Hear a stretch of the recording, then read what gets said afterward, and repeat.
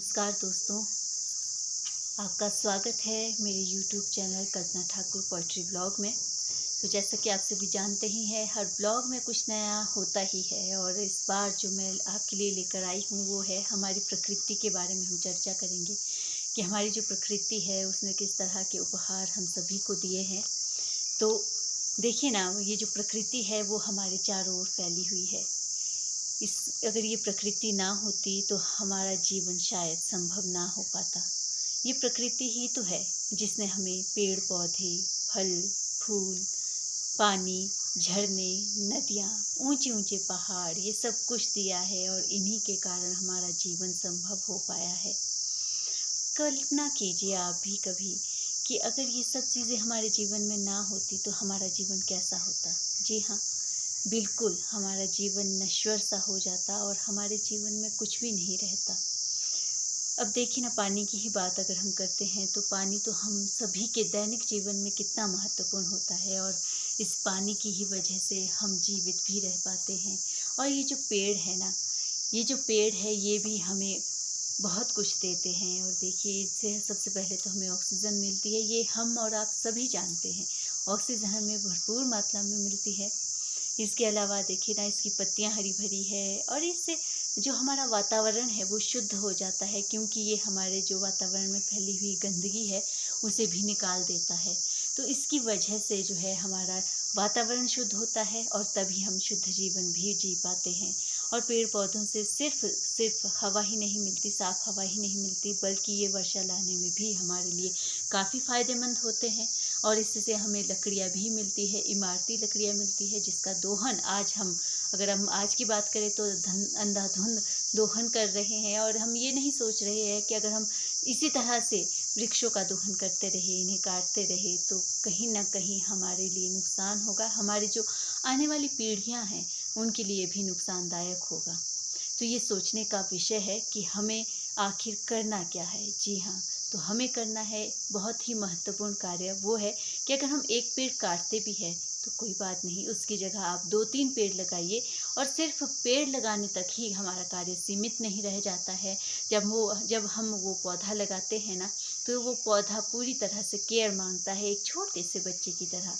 जब देखिए ना, एक शिशु होता है छोटा सा, उसे कितने पालन की आवश्यकता होती है, उसे कितने केयर की आवश्यकता होती है, तब वो जा कर के बड़ा होता है।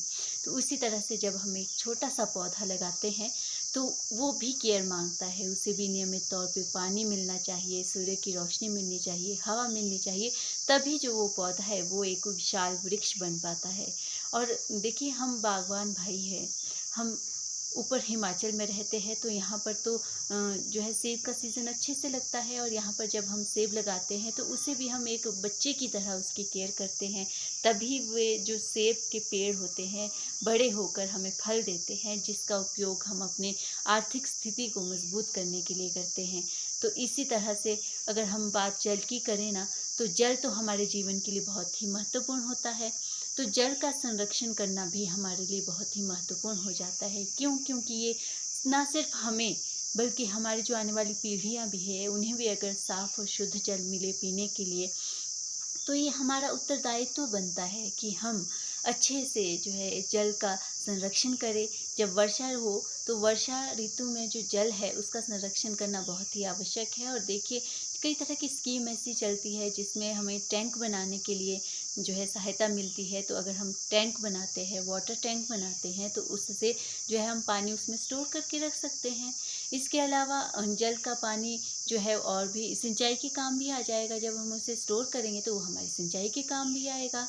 तो जैसे हम कपड़े धोते हैं तो उसका जो जल बच जाता है, बाद में जो जो भी जल है वो बच जाता है, तो उसका उपयोग भी हम जो है बाद में अपने गाड़ियाँ धोने के लिए कर सकते हैं। इसके अलावा अगर घर की थोड़ी बाहर की सीढ़ियाँ हैं उनकी सफाई करनी है, उसके लिए भी उस पानी का जो है उपयोग हो जाता है। तो इस तरह से पानी जो है वो बच जाता है। इसके अलावा कई बार क्या होता है कि हमारा जो घर का नल है वो टप टप टप टप उसमें करता रहता है कि पानी जो है व्यर्थ बह जाता है। तो ऐसे में हमें क्या करना चाहिए कि हमें जो है उस नलके को तुरंत ठीक करवाना चाहिए, उसकी जगह दूसरा नलका लगाएं ताकि उससे पानी टिप टिप करके ना गिरे। और अगर ऐसी समस्या होती है और संभव नहीं है कि आप उस जल को जो है उस नल को नहीं बदल पा रहे हैं, तो आप उस टिप टिप करते हुए नल के नीचे कोई बर्तन रख दें ताकि उसमें वो पानी जो है स्टोर हो सके, और जो बाद में जो है वो स्टोर किया हुआ पानी है वो हमारे काम आएगा। इसी तरह से देखिए ना, अब जल की भी बात हो गई और पेड़ पौधों की भी बात हो गई, तो पहाड़ों की अगर हम बात करें तो आजकल क्या हो रहा है कि हम विकास तो कर रहे हैं, लेकिन क्या कर रहे हैं कि प्रकृति के साथ छेड़छाड़ भी कर रहे हैं। हम पहाड़ों को काट रहे हैं। इससे कहीं ना कहीं, जो मैं अपना पॉइंट ऑफ व्यू दे रही हूँ, इससे कहीं ना कहीं वो जो हमारे पहाड़ है ना, वो कमज़ोर होते जा रहे हैं। तो आपको इस बारे में क्या लगता है, आप कमेंट बॉक्स में ज़रूर लिख के दीजिएगा कि अगर पहाड़ यूं ही कटते रहे, खासकर हिमाचल में, तो फिर क्या वाकई वो विकास का ही कार्य हो रहा है, या कहीं ना कहीं जो प्रकृति के साथ छेड़छाड़ है वो भी हो रही है। क्योंकि पहाड़ों को इस तरह से काटना उसमें कमज़ोरी पैदा कर देगा, और जो वो भूस्खलन हो रहा है, कहीं पे पहाड़ गिर रहे हैं, तो वो जो घटनाएं हो रही है ना कहीं इसी वजह से हो रही है।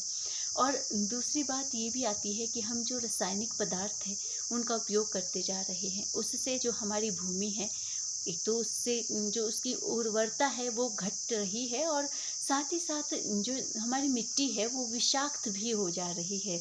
उस वजह से जो वनस्पतियाँ उग रही हैं या फिर जो हम खेतों में फसल उगाते हैं, वो भी कहीं ना कहीं हमारे लिए जहरीली साबित हो सकती है।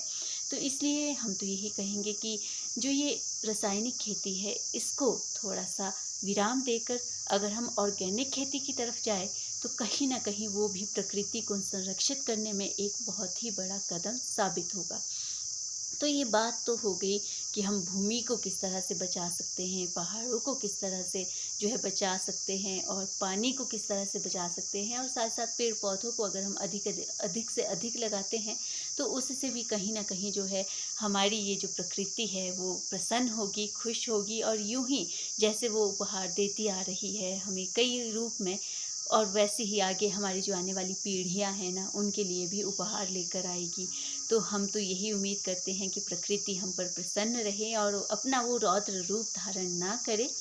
तो ये जो छोटी सी चर्चा थी, उम्मीद करती हूँ आप सभी को पसंद आई होगी। अगर पसंद आई होगी तो आप ज़रूर मेरे चैनल को लाइक कीजिएगा और सब्सक्राइब कीजिएगा, और साथ ही साथ शेयर भी कीजिएगा।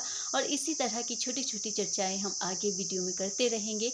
और अगर आप चाहते हैं कि कोई ऐसा विषय है जिस पर हमें चर्चा करनी चाहिए, जिस पर ये वीडियो बननी चाहिए, तो आप कमेंट बॉक्स पे मुझे ज़रूर लिखिएगा। और मुझसे कोई गलती हो गई हो इस वीडियो को बनाने में, कुछ इसमें कमियां हैं, वो भी मुझे बताइएगा। बाकी तो भगवान जी है ही है साथ। तो बाय करती हूँ, एंड करती हूँ इस वीडियो का। Thank you, bye bye. Please subscribe कीजिएगा मेरे चैनल को। Thank you very much.